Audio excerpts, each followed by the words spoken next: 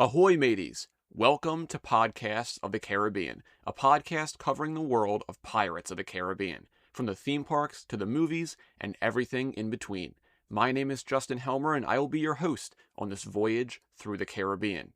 It'd be too late to alter course now, mateys.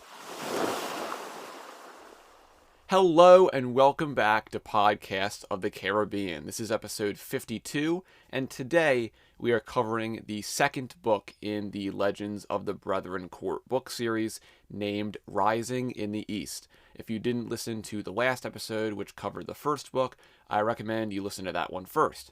But just for a quick refresher, we were introduced to the Shadow Lord, who has cursed Jack Sparrow with a sort of shadow illness, and to cure himself, Jack must find 7 vials of shadow gold scattered across the globe.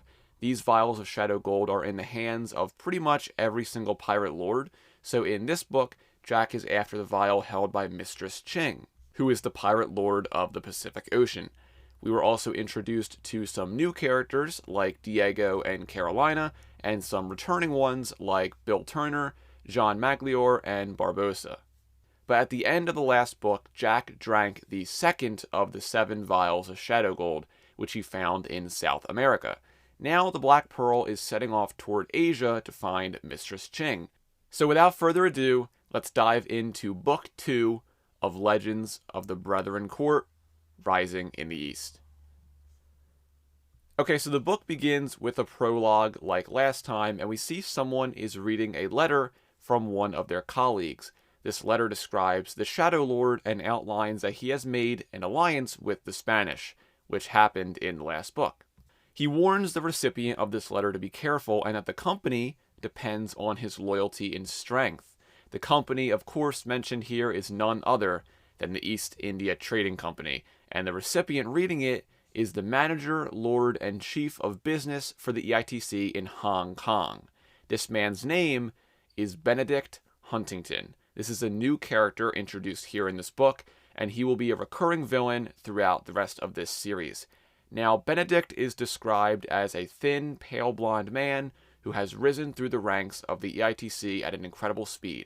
He is a man with great wealth and is currently residing in his mansion in Hong Kong that includes immaculate gardens and 50 servants employed on the grounds.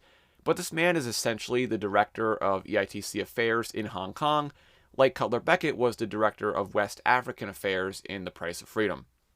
So he has immense power and wealth and is highly regarded among the company. But after he reads this, we see Benedict's wife enter the room. His wife's name is Barbara Huntington, and she is described to be much younger than Benedict with green eyes and red hair. Now you may think that Barbara might just be Benedict's token wife, but she is even more conniving and ruthless than her husband is. She's also a very classy lady, as she is most often dressed to the nines, with tons of jewelry and fancy clothing. Now, I really love the character of Barbara Huntington, if nothing else, for the sole reason that she is really one of only 2 female villains in all of Pirates of the Caribbean media. The other, of course, being Madame Minuet from the Young Jack Sparrow series. And you could potentially throw in Morvran, Aquila, and Aquala there too, but they aren't really full-fledged villains. I don't really consider them actually villains. But anyway, Barbara asks about the letter Benedict is reading, and he tries to dismiss it at first, but she snatches it from his hand and starts reading it for herself. She supposes they could use this Shadow Lord information to their advantage, maybe scaring EITC higher-ups into potentially expanding Benedict's position to encompass all of the Pacific. Benedict laments that another ship was lost with all of its cargo yesterday, but not from the Shadow Lord, from Mistress Ching. Barbara despises her, given that cargo from Shanghai she was meant to receive was taken by Mistress Ching. Benedict reassures his wife that he will catch her, but Barbara insists that she wants to be the one who kills her. So yes, we can tell the Huntingtons are definitely a force to be reckoned with, and they will be a major threat throughout the rest of this series. But for now, we move on to Chapter 1, where we pick up aboard the Black Pearl with Jack and Barbossa. So the Black Pearl is currently making its way through the Strait of Magellan, and if you are unfamiliar with what that is, it is essentially a narrow channel near the southern point of South America, where you can cut through the bottom part of the continent to get to the Pacific Ocean. It is, however, considered a very dangerous route, with strong currents and rocks littered throughout. But to make it even worse, the Pearl has been stuck in a vicious storm for 3 days now, and everyone is freezing.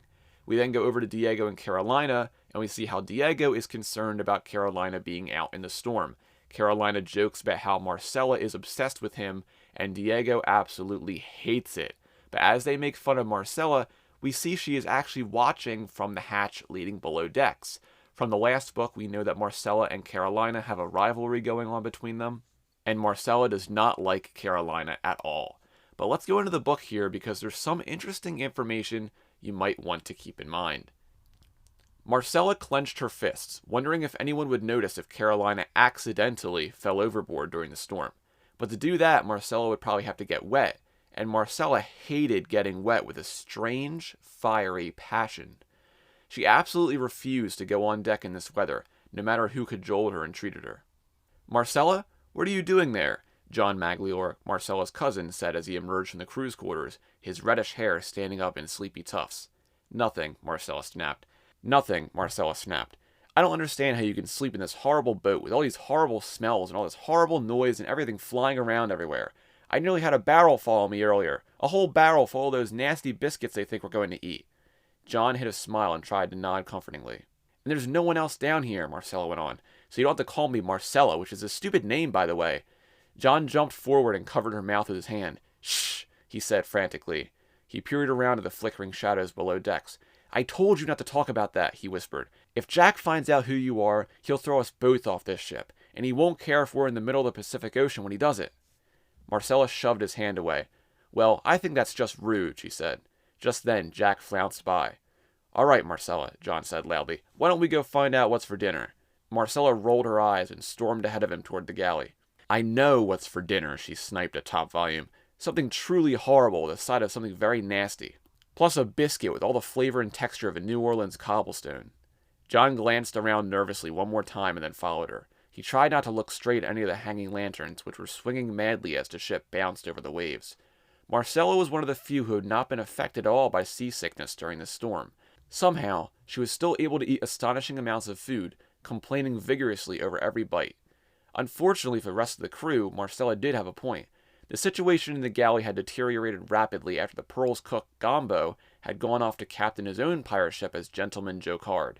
While the Pearl had been sailing south along the coast of Argentina, the pirates had gone ashore several times for fruit, but now it had been days since their last landfall, and the remaining food supplies did not look very appetizing.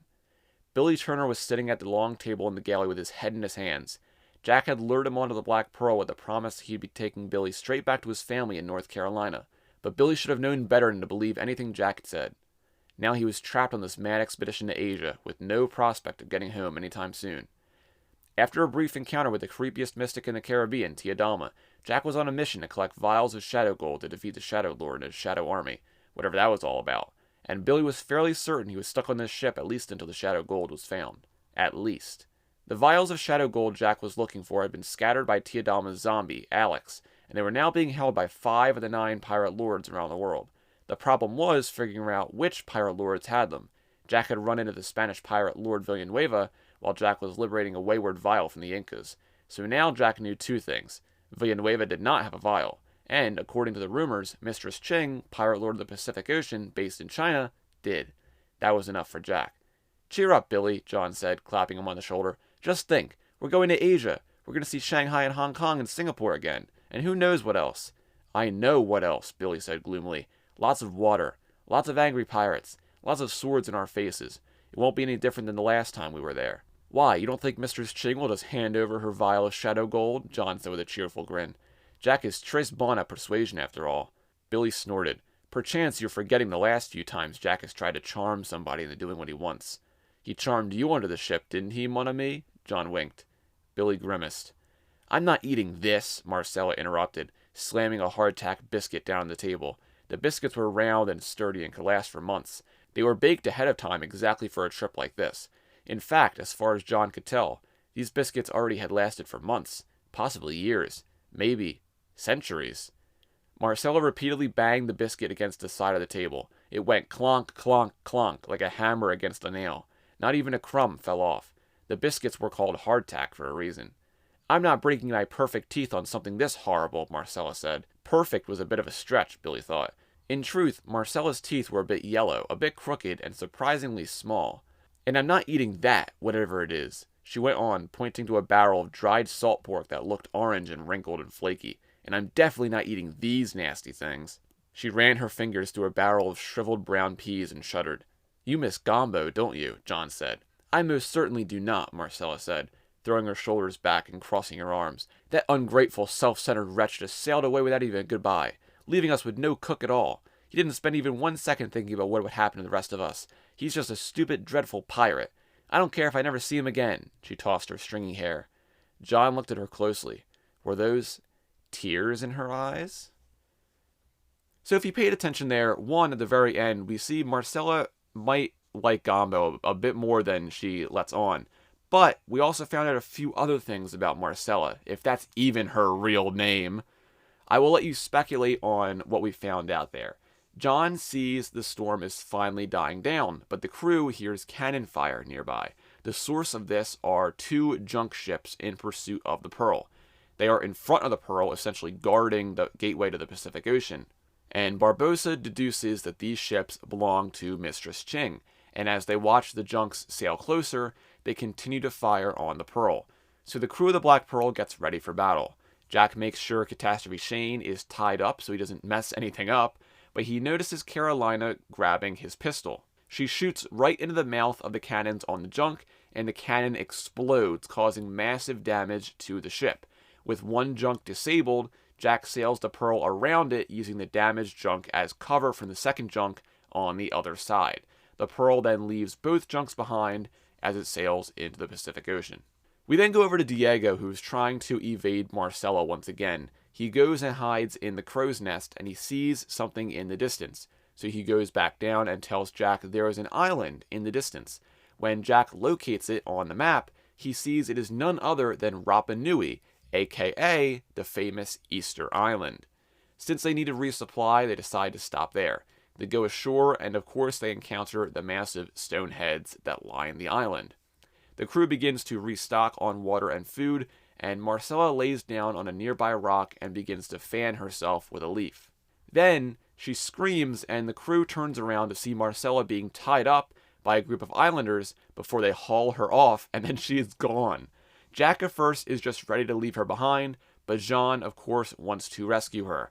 Barbossa agrees with Jack just to leave her behind, but Jack eventually ends up siding with Jean.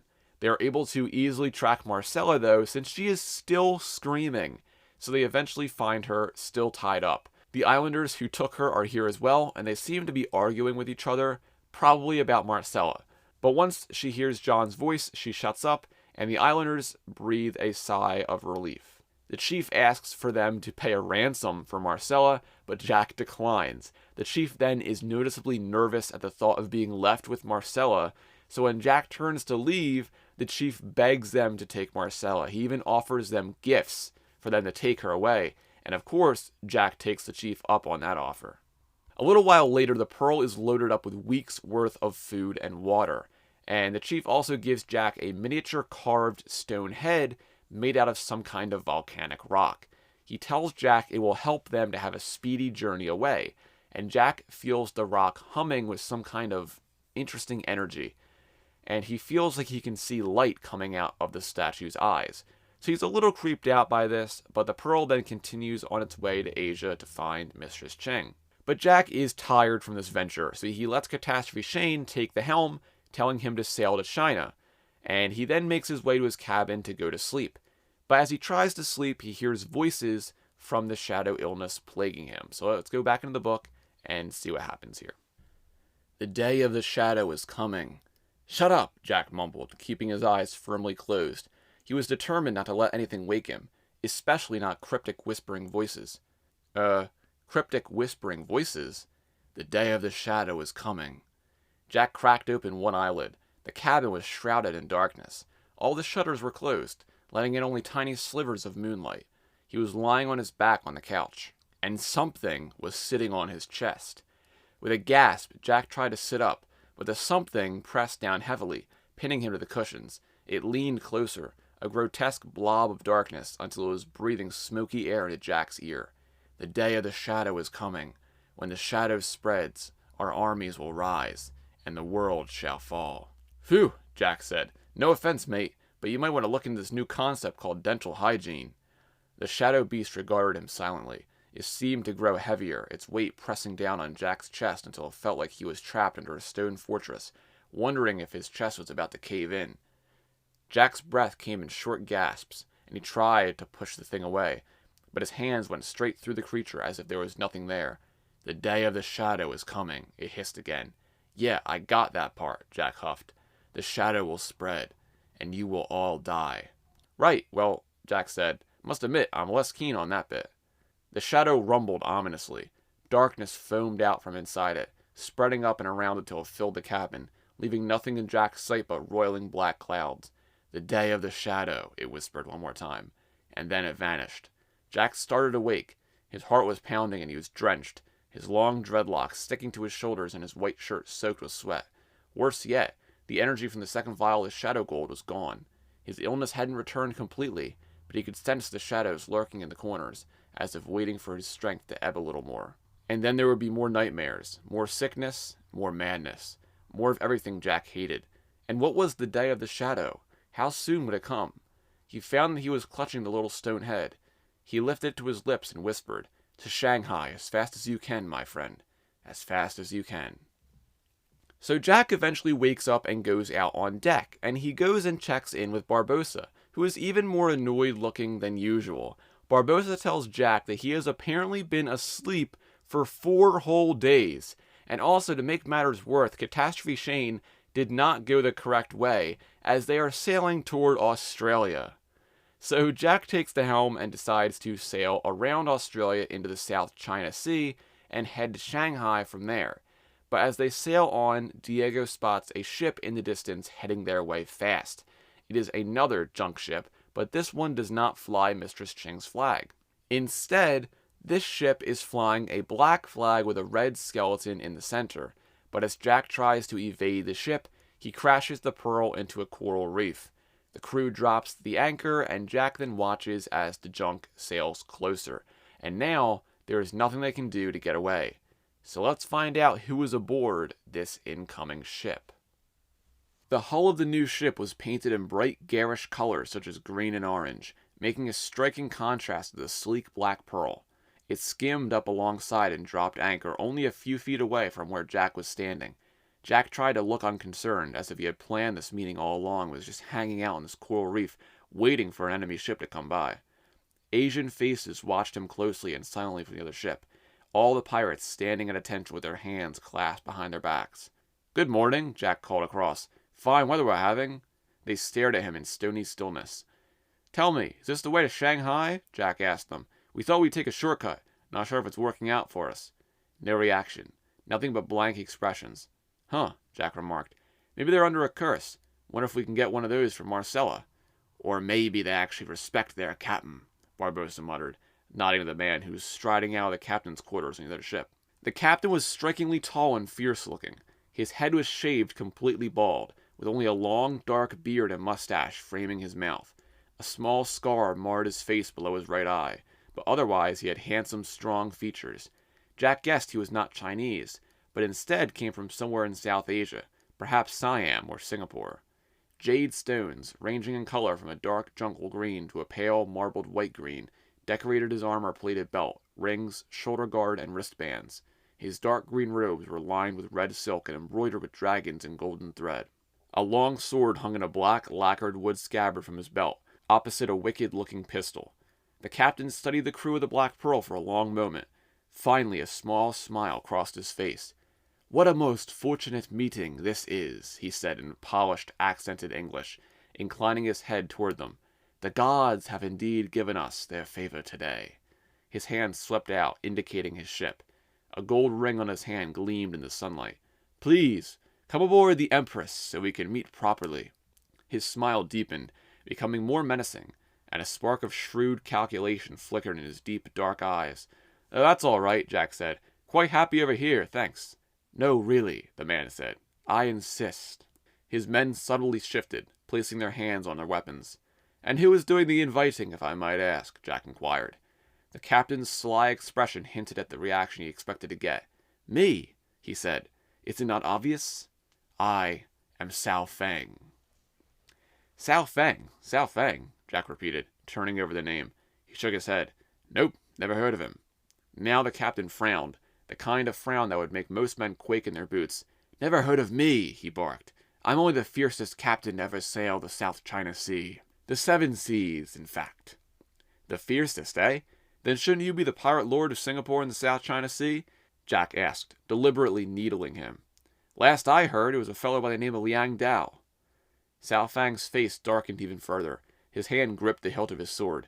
"Liang Dao is my older brother," he snarled. "He inherited the title of pirate lord from our father." From his emphasis on the word inherited, it was fairly clear what Sao Feng thought of Liang Dao's fitness for the role. "Ah, that's sort of how you became a pirate lord, isn't it, Jack?" Barbossa said snidely. "Not exactly," Jack said, shooting his first mate a stern look. "Well, it's complicated."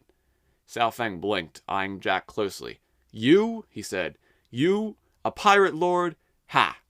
Jack swept his hat into a flamboyant bow. "Captain Jack Sparrow, pirate lord of the Caribbean," he announced. "Has a nice ring to it, doesn't it? Sticks in your head. Sounds rakish and majestic all at once, like a proper pirate captain. Not at all silly sounding, like, say, hypothetically, off the top of my head, Smarbosa." Barbossa scowled. The captain of the Empress looked meaningfully at the Pacific Ocean, sparkling brightly all around them. "Rather far from home, aren't you, Captain Sparrow?" "Are we? I hadn't noticed," Jack answered. He, too, looked around at the blue-green water, making a puzzled face as if it had snuck up on him. Sao Feng snorted impatiently. "What are you doing here?" He touched the hilt of his sword waringly.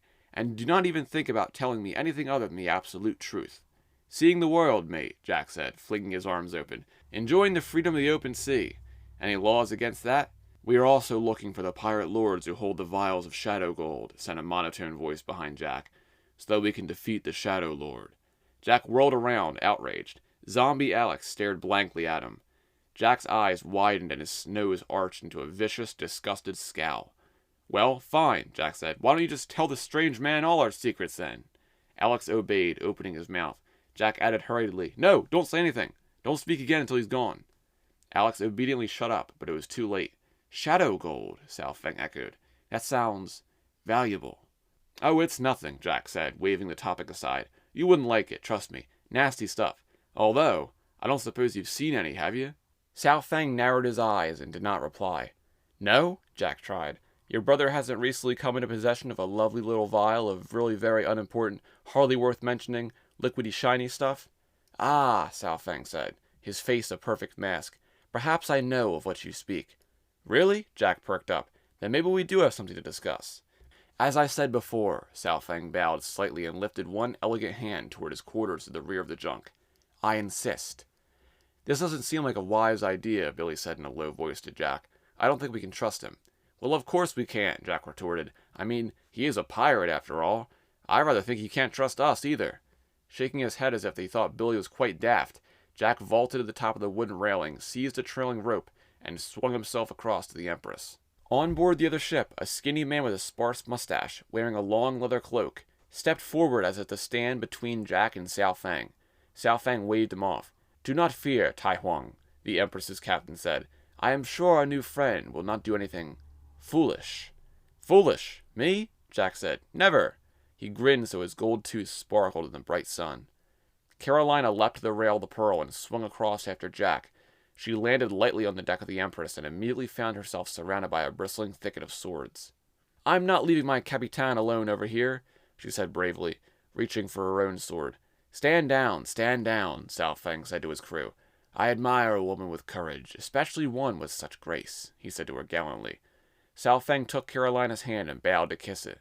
Carolina tossed back her ebony hair, looking every inch the princess she was, despite her disheveled pirate garb and bare feet. "I believe the pirate code allows the captain to bring a few members of his crew to parley, doesn't it?" she said, arching her eyebrows. "Someone has been studying their piratic codex," Sao Feng said smoothly. "You are correct. Does anyone else wish to join his, or her, captain on my ship?"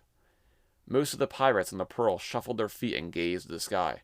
"Barbossa will join us," Jack said, flicking his fingers easily to beckon Barbossa across.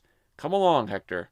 Glowering balefully, Jack's first mate joined Jack and Carolina on board the Empress. With a regal nod, Sao Feng escorted the three of them over to his quarters. Alright, so we have Sao Feng here, and what is interesting is that he is not actually a pirate lord yet. His brother, Liang Dao, is currently the pirate lord of the South China Sea. We also saw Tai Huang as well at the end there, which is super cool. But Jack, Barbossa, and Carolina go aboard the Empress and follow Sao Feng into his quarters. But there is a reason why Sao Feng allowed Jack onto the Empress, and it is because he wants to make a deal. So let's go back into the book. Two figures rose from the pillows as they entered. Speaking of luxuries, Jack muttered to himself, his eyes widening. Standing before them were two strikingly beautiful Asian women. Jack guessed they might be twins. Each wore long, dark red silk robes with a bright red sash at the waist. Golden dragons wound sensuously around the curves of the robes, embroidered in fine silk thread. A glint of steel in their dark hair revealed the chopsticks holding their elaborate coiffures in place. Jack winked at the closest one to him. She immediately whipped out a silk fan to hide her face, but not before Jack caught a glimmer of a smile. "These are my attendants," Sao Feng said. He was busy at a low table, so he missed the flirtatious glances Jack was exchanging with the two women, Leanne and Park. "Attendants?" Carolina asked. "Are they pirates? Female pirates?" She couldn't keep the excitement out of her voice. "Everyone on this ship is a pirate," Sao Feng said gravely, "and my fair companions are two of the most deadly." Carolina looked doubtfully at Leanne, who closed her fan with a snap, and then flipped it open with a sharp motion that made Carolina realize the edge of the fan was razor sharp, and that the woman wielding it could easily slice someone's throat open with it. "I wouldn't mind being killed by one of those," Jack whispered to Barbossa, who rolled his eyes in disgust. Jack wiggled his fingers at Park and then hid his grin quickly as Sao Feng turned around with a pale porcelain teapot in his hand. "Please join me," Sao Feng said, indicating the pillows around the table. "We have business to discuss." Jack, Barbossa, and Carolina knelt around the table. Jack made sure to position himself so he was facing Leanne and Park, who had moved over to the far wall and were now studying him with half their faces hidden behind their fans. He was sure he heard one of them giggle quietly. Sao Feng poured tea from the pot into delicate china cups, handing one to each of his visitors. Carolina leaned over to let the strong, herbal-smelling steam waft across her face. Jack sniffed it suspiciously. Tea. Don't suppose you have any rum, do you?" he asked Sao Feng. "Certainly not. Believe me, you will not want to be under its influence for the rest of our conversation," the captain said. "Oh, I rather think I will," Jack said dolefully. "Let's get on with it," Barbossa interrupted. "I take it there's something you want from us, isn't there?" He gave Sao Feng a challenging look. Sao Feng held his cup between his long fingers and sipped his tea. Finally, his intelligent, calculating gaze settled on the Black Pearl's first mate. "I believe what we have here is an opportunity," he said. "An opportunity to make a bargain for mutual benefit." He blinked, and Carolina got the feeling that mutual was always a bit of an exaggeration when it came to Sao Feng. "Right," Jack said. "You tell us where the shadow gold is, and we go on our merry way and leave you alone. Sounds mutually beneficial to me." "I am looking for something," Sao Feng continued as if Jack hadn't spoken. "My brother Liang Dao, the current pirate lord of Singapore, has sent me on this voyage so far south to find an object of great value, the deep-sea opal." "I like the sound of that," Jack said, a smile spreading across his face. "It is a legendary black opal," Sao Feng said softly, "as big as a man's fist, and shimmering with hidden fire. Legend says that any man who possesses it will earn great fortune, power, and fame." "Come again?" Now Jack was even more interested. "Did you say fortune?" "However," Sao Feng went on, "there is one small problem. The opal's power will not go to anyone who steals it. Only those who receive the opal as a gift will benefit from its glorious effects. The man who is foolhardy enough to steal the opal will be cursed forever." Jack glanced at Leanne and Park uneasily. He didn't like where this was going. Park hissed suddenly, flicking her fan closed and then open again. "Liang Dao is a coward." "He wouldn't dare come for the opal himself," Leanne agreed, her dark eyes flashing. "He wants brave Sao Feng to steal it for him, so Liang Dao can have all the power and none of the curse." "I see," Jack said thoughtfully. "He fears you," Park said to Sao Feng. "He knows you would be the greatest pirate lord the world has ever seen." "You might not know this, love," Jack said, "but I'm actually a pirate lord, too." She tilted her head at him, and he added, "So, you know, second greatest, maybe." "My brother is a fool in many ways," Sao Feng said, "but for once he has arrived at a clever plan. I am not the kind of man who is afraid of hobgoblins and fairy tales. I do not entirely believe there is any power in this opal beyond the value it will hold as a precious gem. But the pirates who serve under us would never follow a man who has stolen the deep-sea opal. So despite the fact that I do not fear any sort of curse, I cannot steal it. The men would believe he was cursed with bad luck for the rest of his days, Liang said in a hushed whisper. He is trying to crush your ambition, Park said, making a fist with one hand. But it won't work. We won't let it. We don't have to, Sao Feng said with a sly smile. He stared straight at Jack. We have a perfect solution right in front of us. Jack twisted around to look behind him, then searched theatrically all around him, peering under the low table and lifting his hands in bewilderment. No solution here, mate. Captain Jack Sparrow, Sao Feng said in a voice of steel. You will steal the deep-sea opal for me. Oh, you've got the wrong fellow, Jack said. Jack Sparrow doesn't steal things. I liberate them. Mostly they just appear in my hands. Quite mysterious, really. Like the jade dragon you slipped up your sleeve earlier, Sao Feng said darkly. Jack tried to look innocent for a moment, but now Barbossa was glaring at him too. Finally, Jack shook his arm and a small jade carving bounced out of the end of his sleeve. He feigned astonishment. See what I mean? How'd that get there? Oh, Jack, Carolina said in a disappointed voice. Oh, Captain Jack, Jack reminded her. You will steal the opal and give it to me, Sao Feng said, and then I shall have its power instead of Liang Dao. And what do we get out of it? Jack demanded. We don't want to sail with a cursed Capitan either, Carolina exclaimed. Who would? Barbossa agreed. Really, it's a sign of a poor captain if he can't avoid curses. You want the shadow gold, Sao Feng said. I want the deep-sea opal. He crossed his arms and leaned back against the green silk pillows. You decide. Jack wound his fingers in his beard, thinking hard. Was there a way around this? Surely there had to be. Wouldn't it be lovely if he could just get that opal for himself? But more important, he needed the shadow gold. After the nightmares, he needed it more urgently than ever. He couldn't afford to sink into any more 4-day slumbers, and he never wanted to smell that smoky breath in his face again. Perhaps the legends of the opal were only that. Legends. Maybe it was all a hoax and nothing terrible would happen. Of course, given Jack's prior experience with horrible supernatural thingies, he had a feeling it was all too real, but he had no choice. All right, Jack said. Where's this opal, then? Sao Feng pointed down at the floorboards. Identical smiles crossed the faces of his attendants. South? Jack guessed. Right? New Zealand, maybe? Barbossa rolled his eyes. Where would you expect the deep-sea opal to be, Jack Sparrow? Sao Feng asked dryly. Sitting on a nice island somewhere? Jack guessed desperately. Out in the open, like where anyone can stroll up and take it? Deep, deep under the sea, Sao Feng said deliberately. Down in the watery depths. Oh no, Jack said. No. I don't deal with mermaids anymore, mate. No stealing from them, no making deals with them, none of that. I learned my lesson a long time ago. Actually, it's a funny story if you want to hear it. I know of no mermaids. Sao Feng interrupted him. The spirits are different here. The one who guards the deep-sea opal is known as the Rainbow Serpent. That didn't sound much better than mermaids to Jack, quite frankly. But whether you speak of merfolk or rainbow serpents, it should be no matter, Sao Feng continued. These are just things of folklore meant to scare away those who might steal the gem. You will encounter neither beast nor finned woman, I assure you. Lian will accompany you, to ensure there are no tricks. So first of all there we have the introduction of some more movie characters, and those are Lian and Park, who are the two women with Sao Feng at the beginning of At World's End. But Sao Feng wants Jack to steal this deep-sea opal for him, so he can get the power from it after it is gifted to him. Apparently there is also a rainbow serpent that guards it, and to make sure no funny business occurs, Lian will go with Jack. For the rest of the group, Jack decides to take Diego and Billy, and not too long after, the four of them get ready to dive down to find the deep-sea opal. Jack takes off his hat and his boots and rolls up the sleeves of his shirt. It's here that Sao Feng notices the branded P on Jack's wrist below his tattoo, knowing that Jack has encountered the EITC.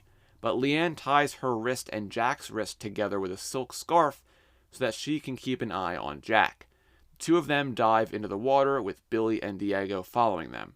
They swim down, down, down until they reach a cave. They swim into this opening and emerge into an underwater cavern, very similar to Isla Serena from the Young Jack Sparrow series. Lian unties her and Jack's wrists, and Jack is hoping he doesn't run into any scaly tails while he's down here.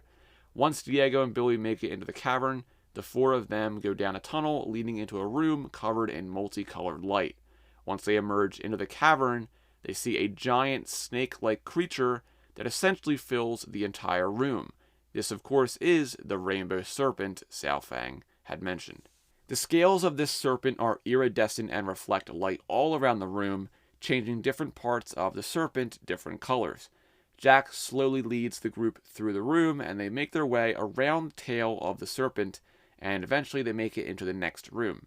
And in this next room, they find a black stone in the middle of a pool in the center of the room. This, of course, is the deep sea opal. So the group then tries to figure out who is going to take the opal, because whoever takes it will be cursed in some way. Jack first asks Diego, but he refuses. So then Jack asks Billy, and he refuses as well. And then he starts to ask Leanne, but he knows before he even asks that she won't. So it's left to Jack to take the opal. But something happens right before he's able to. So let's go find out what it is. Suddenly, the surface of the pool began to bubble. Jack jumped back. "What's it doing?" he asked. "Why is it doing that?" Tiny bubbles foamed to the surface, faster and faster until the opal was hidden beneath the spray. Jack felt a moment of panic as the opal vanished. What if someone else was stealing it right now? He lunged forward to plunge his arm into the pool, but just as his fingers touched the water, a shape rose through the bubbles and burst into the air in front of him. With a shout, Jack fell back against the coral. He rubbed his eyes, blinked several times, and then rubbed them again. Billy and Diego were staring open-mouthed at the pool, or, rather, at the pool's new inhabitant. "Oh, bloody hell," Jack said. "I believe I was promised no mermaids." "Did you miss us, Jack Sparrow?" the mermaid asked, narrowing her haunting dark eyes at him. She pulled herself out to sit on a rock, and the others gasped, seeing her bright blue tail for the first time. "I wouldn't say I missed you, precisely," Jack said to the familiar scaly tail. "More like I hope to never see you again, to be honest." "Honest?" the mermaid sniffed. "You? You who cheated us out of your eternal companionship?" "I am good company," Jack agreed, "so I can see why you'd be holding a grudge about that. Still, it's been quite a long time, you know." "Our kind never forget," she said. "And you've brought friends along." "This one I know," she said, motioning to Billy. "But the others—" "Oh, these folks. Yes, right. Diego, Leanne. Meet Morverin. Morverin, Diego, and Leanne. Okay? Done. Good. And now, how about you? Where are your friends? Don't think I've ever seen you without Aquala and Aqueduct, or whatever she's called." "Aquila," Morverin corrected. "They are otherwise occupied." "Yes, you have seemed to have a lot of trouble in merfolk land since I liberated your subjects all those years ago, haven't you?" Morverin hissed. "What's that? Bitterness? Rather undeserved, I'd say," Jack said. "You were the ones who tried to trick me out of my freedom the first time we met." Morverin spread her hands to suggest that he should expect that kind of thing from her. "Mermaid," she said. Jack made the same gesture. "Pirate," he said. She said. "Touché." "What is she doing here now?" Diego asked Jack. "I might ask you the same question," Morverin asked. "Why are you here, Jack Sparrow? Looking for something?" No, Jack said blithely. "Just passing through. Isn't this the way to Shanghai? Don't tell me we're lost again. I blame Barbossa." Morverin stared at him with cold eyes. She lifted one hand and clicked her webbed fingers. Suddenly the light in the room went dim. The pirates turned to find the rainbow serpent's head blocking the entrance to the cave. And now the snake was quite awake, much more awake than Jack really liked his beasties to be. It blinked enormous orange eyes at them, and its tongue flickered within inches of where they stood. "All right," Jack said, throwing caution to the wind. "Here's the truth. We've come to get that opal, but we don't want to steal it because of the curse. Not saying we won't, just saying we're open to other options. Why steal when you can negotiate, eh?" The mermaid tilted her head at him. "How refreshingly honest of you, Jack Sparrow." "I'm like that sometimes," Jack said. "More often than you would think. Always catches people off guard, though." Morverin said something in a hissing, clicking language to the snake. It hissed back at her. "The rainbow serpent as a trade might be acceptable to him," Morverin said, "if you have anything of equal value." Her blue tail flicked against the rock. "Oh no," Jack said. "I'm not falling for that trick. No one will ever steal my freedom from me again." He paused to think for a moment. "Would you like one of them instead?" he asked, pointing to Diego and Billy. "Jack!" Billy protested.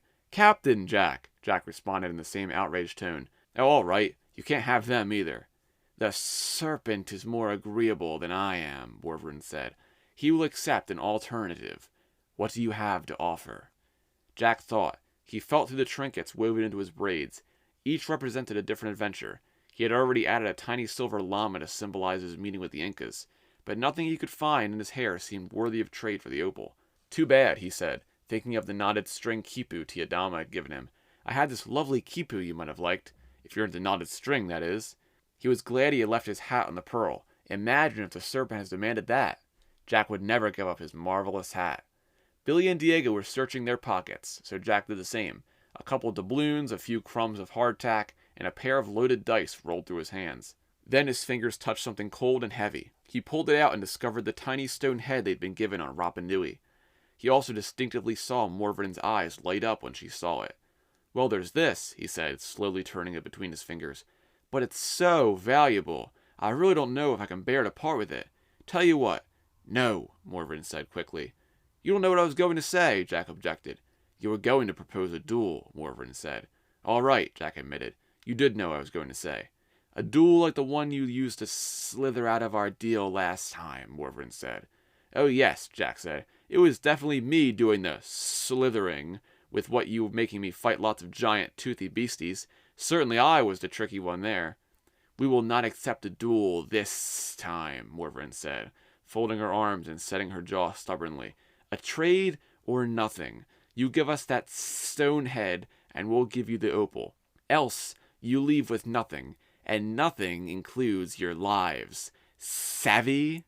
That sounded more than fair to Jack, but he knew he had to make Morverin think she had gotten the better end of the bargain. Ugh, he said as if the idea pained him. I don't know, it's such a precious little head. I mean, we use it all the time. Yeah, Diego said, catching on. You can't let go of that, Jack. It would be a terrible loss, just crushing. It is that or nothing, Morverin thundered. You have two choices. Accept the trade or be eaten by the rainbow serpent. The snake hissed in agreement. Well, when we put it that way, said Jack, he sighed theatrically. I suppose we have no choice. He held out the stone head, shaking his head as if he were about to cry. Morverin reached into the water and picked up the opal. It gleamed with hidden fire as she lifted it into the air. Jack stepped up to her, and in one motion, they traded objects. Jack hid his glee. The opal was his, fair and square. He hadn't stolen it, so he wouldn't be cursed. Now get out, Morverin said, and don't come down to this area of the seas again, Jack Sparrow. Not frightening me, Jack said. Morverin glared at him. Diego tugged on his sleeve. Come on, Jack, before you really say something stupid. By your leave, Jack said, bowing deeply to the mermaid and the serpent. The four of them edged out past the snake's gleaming scales, hurried across the floor, and ducked into the tunnel. Okay, big surprise here is the return of another character from the Young Jack Sparrow series, and that is Morverin, who is one of the three blue-tailed mermaids that ruled all of the merfolk thanks to a blue gem that kept them in control. Jack defeated them at the end of the Young Jack Sparrow series, and they lost control since Jack stole that gem. I wonder if Jack still has that. But anyway, I was super excited to see Morverin return here when I first read this. I was not expecting it at all, but I was really, really happy to see her again. But anyway, Jack does not get cursed since he traded for the opal fair and square. So the four of them leave the cavern and begin to swim back up to the surface. They jump through the water spout portal, which shoots them up to the surface, but right before Jack breaks the surface, something begins to pull him back down in the water. Jack sees that it is two shadow creatures trying to pull him down, and he tries to break free from them, but they are too strong.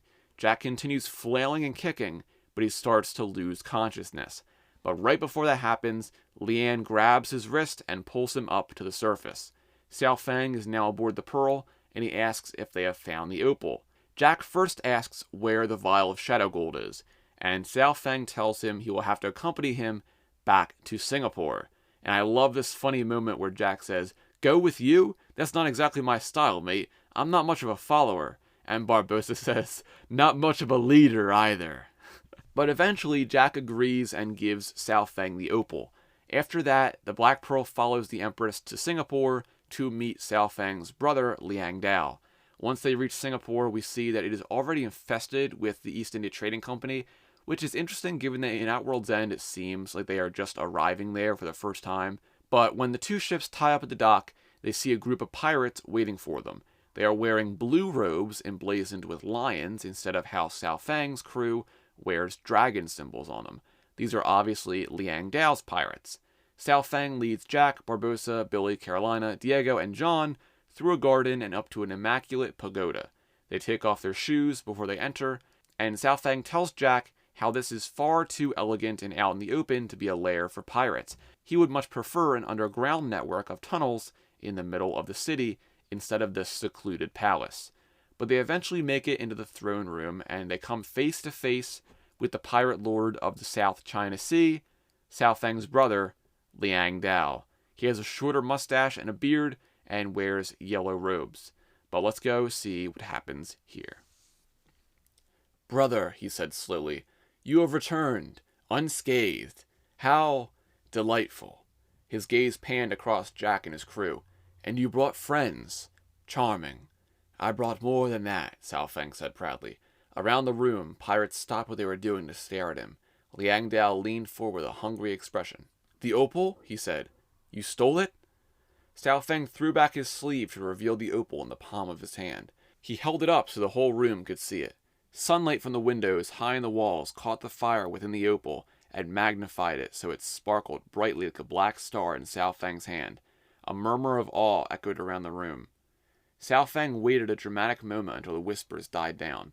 Then he stepped toward his brother, and in a voice everyone could hear, declared, "I did not steal it. It was given to me. This opal is rightfully mine, and with it, I claim the throne of the pirate lord." "What, now?" Jack said as the room exploded into a hubbub of noise. "Can't we get my bit over with first, please? Just throw us the vial and we'll nip out the back. Leave you lot to it. Cheerio." "No," Sao Feng said, drawing his sword. "You must fight alongside us to get what you want. Fight, Captain Jack Sparrow. Fight any pirate who stands with me. All of you who know that I should be pirate lord, not my brother, not Liang Dao." "Never!" Liang Dao shouted. "To me, loyal warriors!" And before Jack could do a thing about it, a pirate in yellow was pointing a very wicked-looking sword at Jack's throat. Jack's crew grabbed their weapons, forced to defend themselves. Jack gave the sword an alarmed look and moved it away from his throat with one finger. "That's better," he said, and leaped into the battle with the attacking soldier. "I say," he shouted at Sao Feng as swords clanked and crashed around him. "This is rather unfair. You might have given us some warning that we'd get caught up in your harum-scarum coup here." "But then you wouldn't have come," Sao Feng cried over the din with a triumphant gleam in his eyes. He was locked in a struggle with his brother, each parrying the other's sword strokes with ease. "And surely, Captain Jack Sparrow, you would not have wanted to miss a battle as glorious as this." "Actually, that would have been all right with me," Jack called back, ducking under a wild swing of his opponent's blade. "Just so you know for next time." He leaped over the blade as the pirate swung at his bare feet. The clash and clang of swords echoed off the walls. Carolina and Diego were fighting back to back, practicing the moves they learned together on board the Pearl. Barbossa leaped behind a column and fired his pistol at any pirate who came near him. John and Billy fought bravely, hardly knowing which pirates were friends and which were foes. It seemed like several of the pirates in blue were switching sides to fight for Sao Feng. They could not resist the power of the opal. Leanne and Park threw themselves into the fray too. Jack paused in his fighting to admire their abilities for a moment. They both whipped the steel chopsticks out of their hair and used them with vicious skill. Their steel-tipped fans sliced and slashed, leaving trails of blood and ribbons of yellow robes discarded on the floor. Jack was very glad they were on his side. When he managed to catch Park's eye, he blew her a kiss. There was a loud clatter behind Jack as Liang Dao's sword flew out of his hand and skittered across the marble. "Aha!" Sao Feng cried triumphantly, seizing his brother and hauling him over to the throne. Keeping his sword at Liang Dao's throat, Sao Feng stood on the chair and fired his pistol in the air. All over the throne room, the fighting stopped.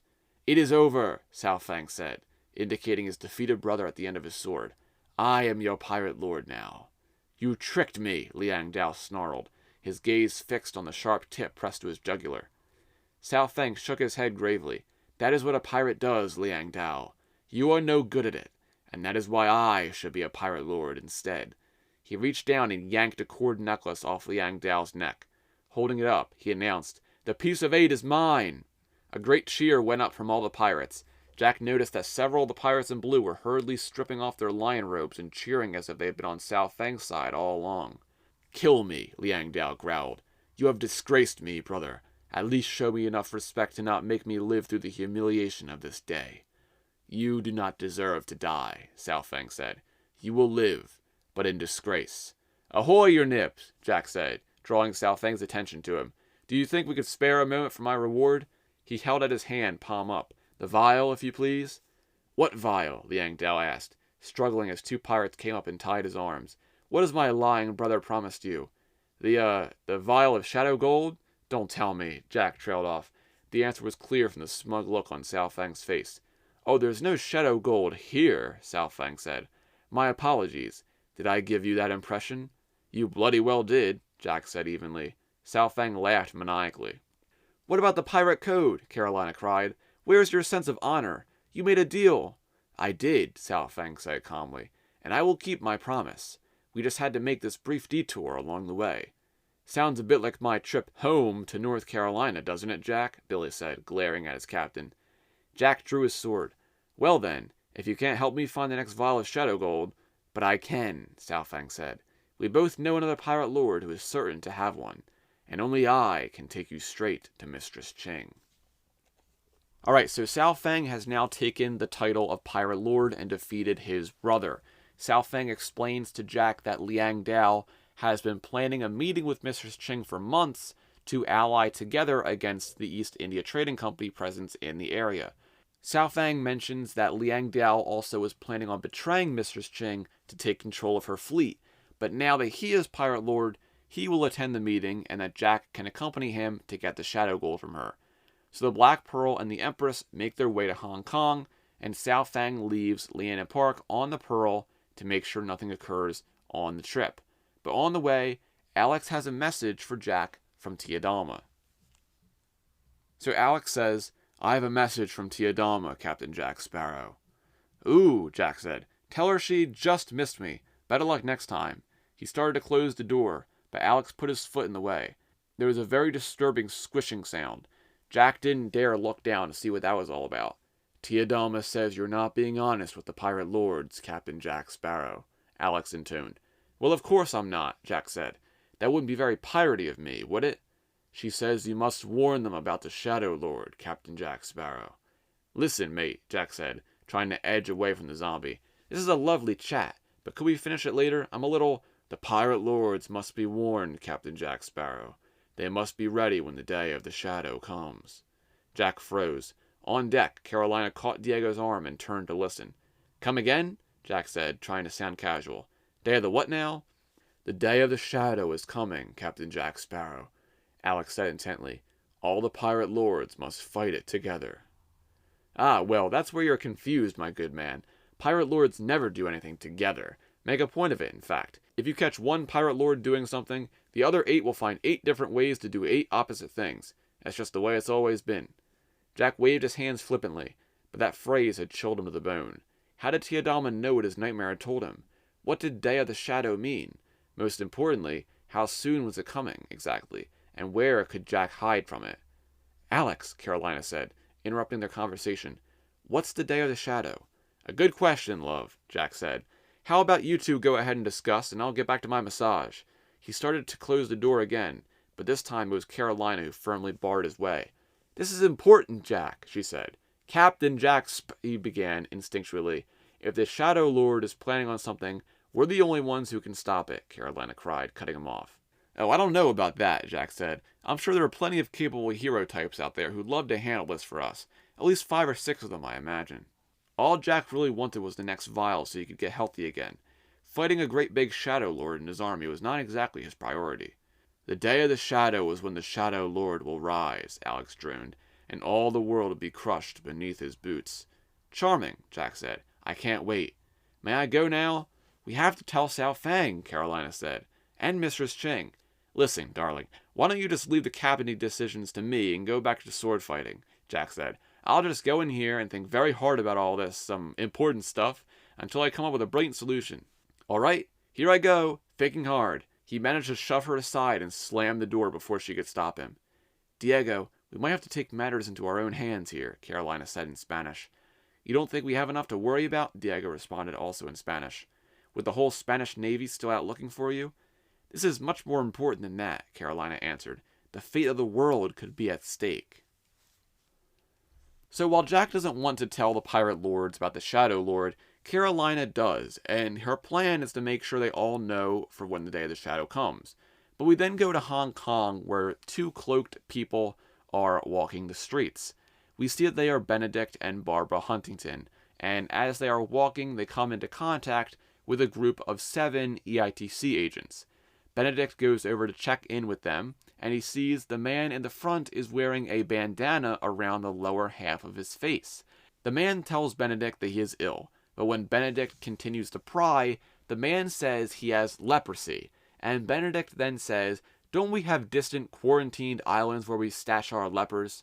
Apparently, that is where this guy is going right now, but one of the other agents says they are escorting him.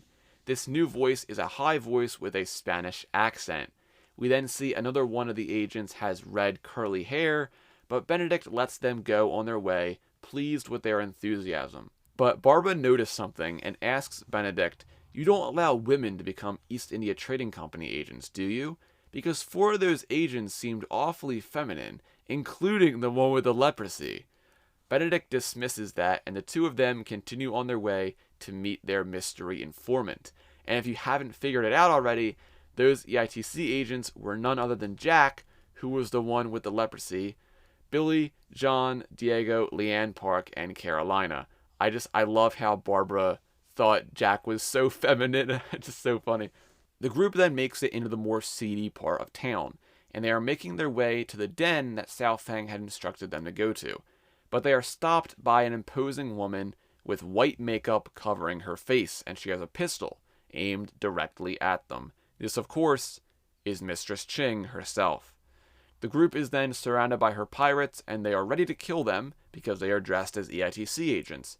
To save themselves, Jack rips off his bandana covering his face and tells them they are indeed pirates as well. Mistress Ching recognizes Jack's mannerisms, though, and remembers him from Shipwreck Cove. Just then, Sao Feng and his crew emerge from one of the alleys along with Barbossa. He tells Mistress Ching that he is now Pirate Lord, not Liang Dao. Jack notices, however, that Mistress Ching has the vial of shadow gold around her neck, and he wonders how he can get it as she instructs them to follow her to their meeting place.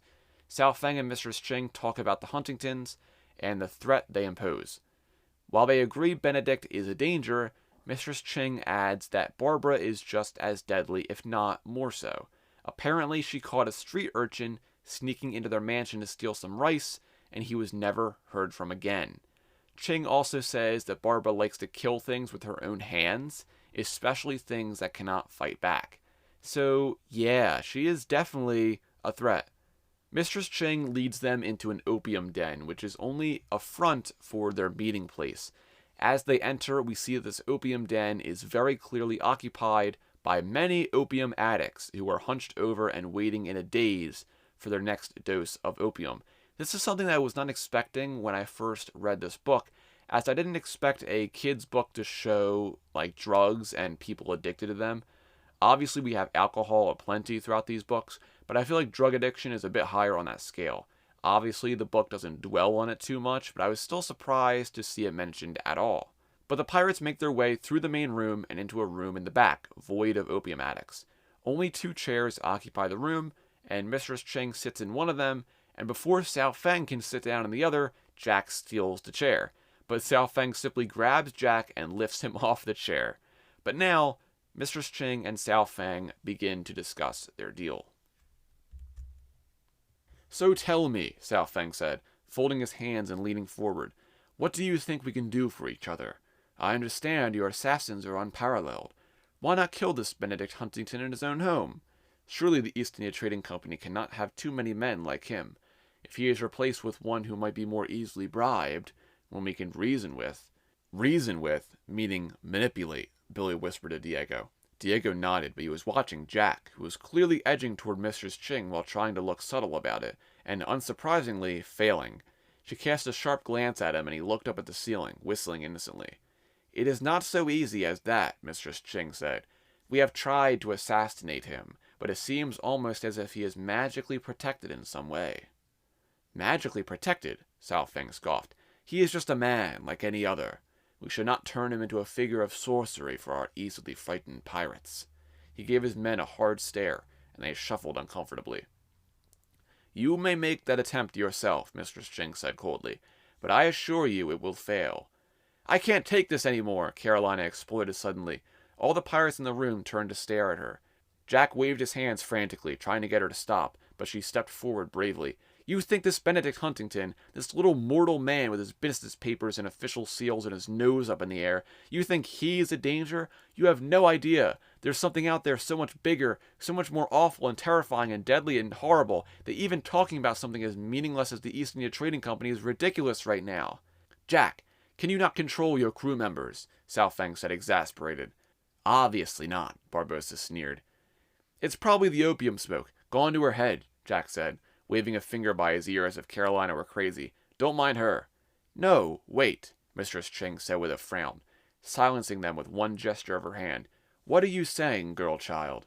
There is a man called the Shadow Lord, Carolina said, shaking off Jack's hands as he tried to pull her back. She stepped forward and knelt by Mistress Ching's chair. He commands an army more powerful and vicious and cruel than any this world has ever seen before. We saw what it could do. A whole town wiped out by fire and destruction. Not a single soul survived. And his power is only growing stronger. Jack knows it's true. He's heard the prophecy. The day of the shadow is coming. A shiver ran down Jack's spine as he heard those words again, and he could feel the shadows clustering in the corners of his eyes, threatening to block out all the light of the world. But when Mistress Ching looked at him, he shrugged, trying to look like he had no idea what Carolina was going on about. The way he figured it, if Mistress Ching believed in the Shadow Lord and his army, she might decide to keep the Shadow Gold for herself. She might even drink it before he could, and Tia Dalma had been very clear that Jack needed to drink all 7 vials to be cured of his shadow illness. He couldn't risk losing a single one of them. Generally, people only gave up things that they thought were unimportant, so he needed to convince Mistress Ching that the vial around her neck was a meaningless trinket, not the only hope for the survival of pirates everywhere. But Carolina was really not helping his little plan at all. The Day of the Shadow, Sao Feng murmured thoughtfully. When is this Day of the Shadow? Mistress Ching asked Carolina. I don't know, Carolina said, but it's soon, and we all have to be ready to fight it together, or we're all going to die together. There was an eerie silence as her warning echoed around the small room. All the pirates shifted uneasily, rubbing the goosebumps from their arms. Mistress Ching stood up abruptly. What a supernatural web of words this child weaves, she snapped. A Shadow Lord indeed. We don't have time to slash at shadows and worry about mysterious days that may never come. You might think only of your nightmares, little girl, but we have real problems to face. Real flesh and blood agents with real muskets and bayonets, who are quite bad enough without you putting shadows in everyone's heads as well. No, Mistress Ching continued before Carolina could say anything else. I don't want to hear anything more of shadows. I am only worried about one thing, Benedict Huntington and his East India Trading Company agents. I think that is very wise, Mistress Ching, said an unfamiliar voice. Confused, the pirates looked around to see who had spoken. In the room of opium addicts, a figure rose from one of the couches, tossing back the blanket that had hidden him from view. His white suit glowed in the lantern light, threw out wisps of curling smoke as he stepped toward the pirates. A cruel smile crossed his unnaturally pale face as more blankets were tossed aside, and one by one, almost all the men in the opium den stood up, revealing a spiky knot of swords and pistols and eyes that were not glazed by opium at all, that were instead glinted with gleeful anticipation of the bloodshed they were about to inflict. I think you should be worried about me, said Benedict Huntington, his voice as hard and as cold as steel. I think you should be very, very worried indeed. So we see there's a betrayer among them that has led Benedict and his men to them, and the betrayer, who is also the mysterious informant, was none other than Liang Dao. But a fight then begins to break out, and chaos erupts within the room. Jack seized one of the wooden chairs and barreled through the crowd, using it as a shield. He whacked a pair of agents over the head with it, knocking them to the floor, and leaped up a step into the antechamber. As he spun and jumped, he suddenly felt a sharp impact on the other side of the chair. He peeked around the edge and saw a wicked-looking axe embedded into the wood. Jack's face lit up with alarm, and he ducked behind the chair again. Better in the wood than in his skull.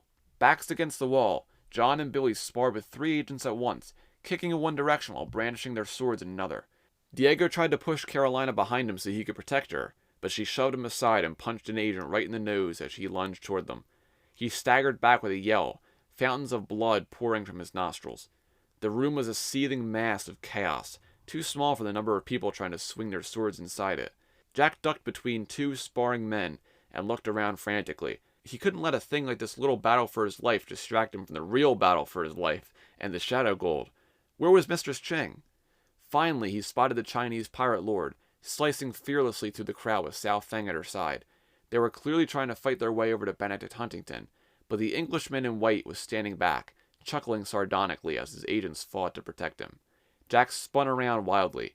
Not only was there not enough room to fight properly, but it was far too dark. Jack couldn't tell who was getting struck by his sword. He grabbed one of the opium lamps and smashed the glass. He hoped he could use the lamp to ignite a torch that would make the room brighter. Instead, the lamp caught on one of the blankets on the couches, which instantly burst into huge flames. "Oops," Jack said. He picked up the chair again and used it as a battering ram, sweeping people aside as he charged toward the door. Shouts of terror went up from the pirates and agents as they realized the den was on fire. There was a mass stampede for the exit. The room was now lit up, but it was quickly filling with smoke, which was making it difficult to see once more. It was also becoming difficult to breathe. Jack was pretty sure he had clambered over a couple agents, but that was fine with him. Benedict Huntington was the first one to make it outside, but Jack was close behind. As pirates and agents spilled out into the street and resumed their swordplay, Jack and Huntington found themselves facing each other across a water barrel. Benedict lifted his monocle and studied Jack for a moment, apparently unfazed by the bullets whizzing past their heads. "Did I hear them call you Jack Sparrow?" he said. "The very same," Jack said with a jaunty grin. "And you are?" Benedict knew that Jack knew who he was. He pressed his lips together. "I have heard of you, Sparrow," he said. "The company is offering a rather large reward for your capture." "Ah, well, you're out of luck, mate," Jack said, spreading his hands, "as I have no intention of being captured." Benedict smiled again. "I believe the reward says, 'Dead or alive.'" A sword suddenly appeared in his hand, a whip-thin rapier as sinister and unfriendly looking as the man himself. With a quick darting movement like a snake, Benedict leaped around the barrel and thrust the point at Jack's heart. But Jack was already gone. In fact, he seemed to have vanished. Benedict blinked, looking around at the street full of battling pirates. A whistle came from above him. Benedict looked up and saw Jack standing on the roof of one of the shanties. Diego and Carolina were climbing up the drain pipes to join him, kicking off agents that were trying to grab their feet. Jack gave Benedict a cheery wave salute. "Oh, too bad, Huntington. But believe me, this day will live in your memory forever, as the day you came this close to catching the famous Captain Jack Sparrow." With a grin, he turned and leaped to the next roof. Diego and Carolina followed, jumping from rooftop to rooftop and disappearing down the street. "After him!" Benedict bellowed to his agents, his face paler than ever with rage. Jack trotted along the peaks of the roofs, windmilling his arms out to the side for balance. "That didn't sound quite right, did it?" he called back to Diego. "What?" Diego said breathlessly, checking to make sure Carolina was still behind him. "My exit line. I think it needs work." Jack squinted, musing. "You'll never forget this day, this glorious day when you nearly... No, that's not right either. Jack, look out!" Carolina yelled. Jack ducked and a bullet flew over his head. "Thanks, love," he cried and ran on. "Did you see that?" Carolina said to Diego. "I think that was Barbossa who fired at him. But maybe I'm wrong. It's so foggy and there are so many people down there." "I wouldn't be surprised if it were," Diego said. "I don't trust that man." He took her hand and they ran faster, trying to keep up with Jack. "We need to find Mistress Ching," Jack shouted. He stopped and shaded his eyes, peering through the misty rain and fog at the tumult of the battle below them. The fighting was beginning to spread to the surrounding streets. The row of rooftops ended at an open square, which was surrounded by taller houses. Jack peeked over the edge of the last roof and frowned. "I don't like the look of that," he said, pointing to the center of the square. Set up right in the center where anyone in the square could see it, was a scaffolding with 3 hangman's nooses swinging in the wind. It seemed clear they were ready and waiting for 3 pirate lords. "Look," Diego said, grabbing Jack's arm. Right below them, a trio of agents was battling one pirate. It was Mistress Ching. "She's amazing," Carolina said in awe. "I wish I could fight like that." The Chinese pirate lord was a whirl of flashing steel and flying silk robes. She slashed at one agent, then turned and did an astonishing flying somersault over the heads of the other 2. Trapping all 3 of them against the wall of the house that Jack was standing on, Mistress Ching laughed triumphantly, holding her sword aloft. Suddenly, a movement in the crowd caught Carolina's eye. It was Liang Dao, and he was sneaking up on Mistress Ching. A knife gleamed in his hand. "No!" Carolina shouted. Without stopping to think, she hurled herself straight off the roof of the house. "Carolina!" Diego cried, terrified. The Spanish princess twisted in the air, spinning her leg around to kick Liang Dao in the head as she crashed into Mistress Ching, knocking her out of harm's way. For a moment, Carolina and the pirate lord were tangled on the ground in a heap of robes. But Carolina quickly regained her footing, and the two women attacked the agents with such violence that the men had no choice but to flee. Liang Dao stumbled back up to his feet, clutching his head in obvious pain. The knife had flown out of his hand and landed in a nearby gutter. Blinking and disoriented, the former pirate lord of Singapore staggered over to it. Diego was already hurrying down the nearest drainpipe to get to Carolina, so Jack was the only one left on the roof, and the only one who saw what happened next. As Liang Dao's fingers touched the knife, Benedict Huntington stepped out of the alley behind him. The Englishman's face was completely emotionless as he drew his sword and skewered his ally in the back. Liang Dao jerked in pain, then looked down at the blade sticking out of his belly with a surprised expression. The sword slid slowly out again, and Liang Dao fell to the cobblestones, blood spreading between his hands where they were pressed to his stomach. He managed to roll onto his back so he could see his killer. His face expressed disbelief, horror, and confusion. "You," he gasped. "But we agreed. We made a deal." Benedict whipped a snowy white silk handkerchief out of his vest and meticulously wiped all the blood off the blade of his sword, pulling it slowly through the cloth. "I do not make deals with pirates," he said icily. Dropping his bloody handkerchief on Liang Dao's chest, Benedict Huntington strode away without a second glance. Alright, so Benedict and his men leave only after killing Liang Dao, but Mistress Ching is infuriated that Carolina saved her because she did not ask to be saved, and now she believes Carolina has dishonored her. Mistress Ching says that she is now indebted to Carolina, according to the code, but Carolina says there is something that Ching can give her, and Jack goes behind Mistress Ching, pointing to the vial around her neck. But Carolina instead asks for her word that when the Day of the Shadow comes, she and Sao Feng will stand and fight against the Shadow Lord. Mistress Ching accepts, and Jack just facepalms. But he then asks for one more thing, and that of course is the Shadow Gold. Mistress Ching refuses, saying the debt has been repaid, but proposes Jack duel her for it. If Jack wins, he will get the Shadow Gold, but if he loses, Mistress Ching will take Jack's piece of 8.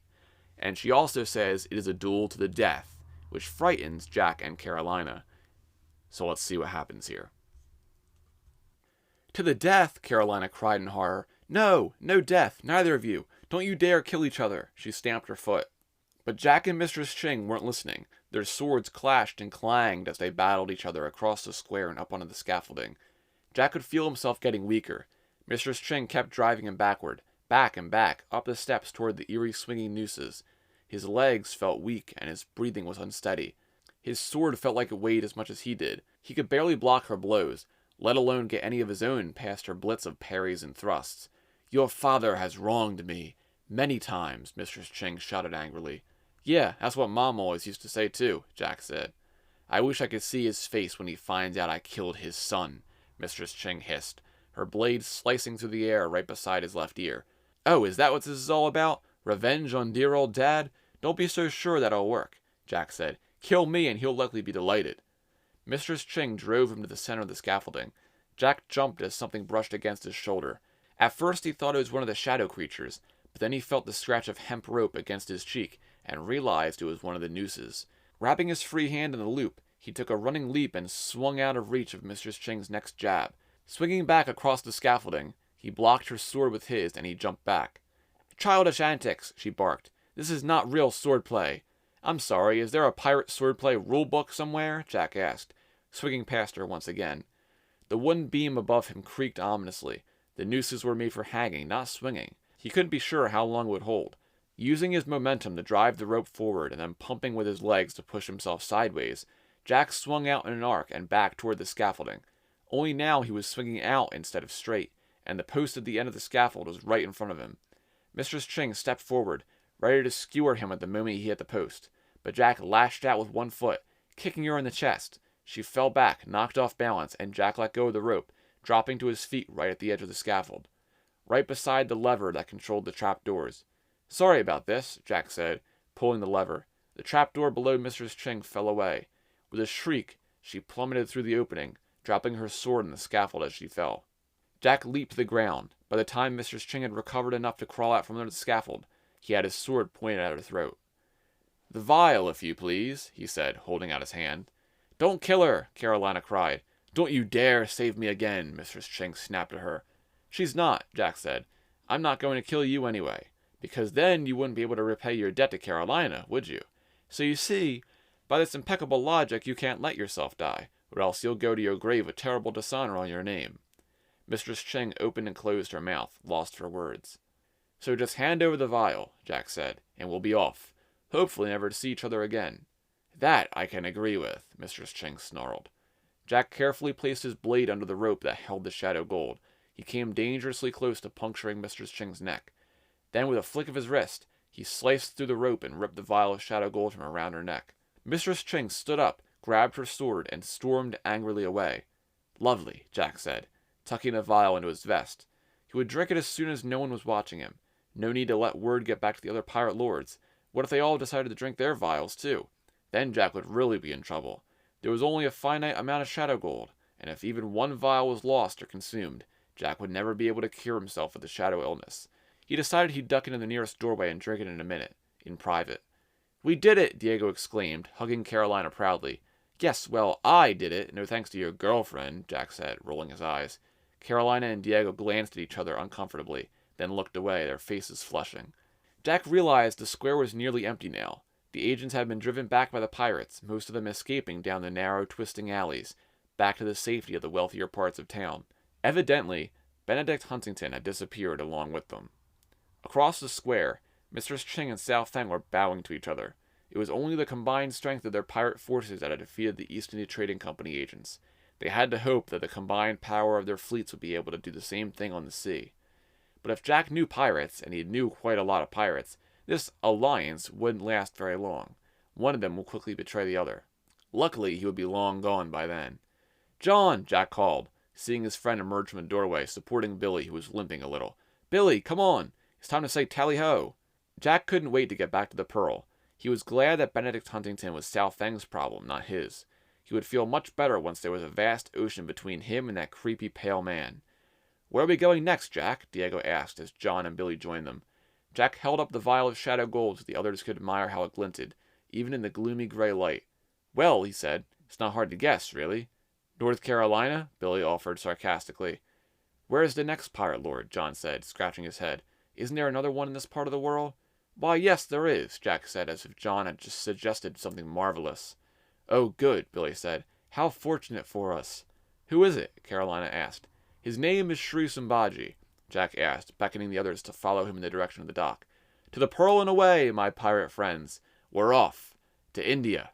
As they set off down the streets, Billy with a sigh, Carolina and Diego asking eager questions, John joking about Indian food, none of them noticed the pale figure spying on them from a nearby doorway. Strange things happened inside the mind of Benedict Huntington. Behind those calculating eyes, dangerous thoughts were brewing. Thoughts that blamed Jack Sparrow for his defeat today. Thoughts that vowed for revenge. "India," he whispered to himself. "Very well. I will see you there, Jack Sparrow." Alright, after that we have one more thing, and that is a quick epilogue.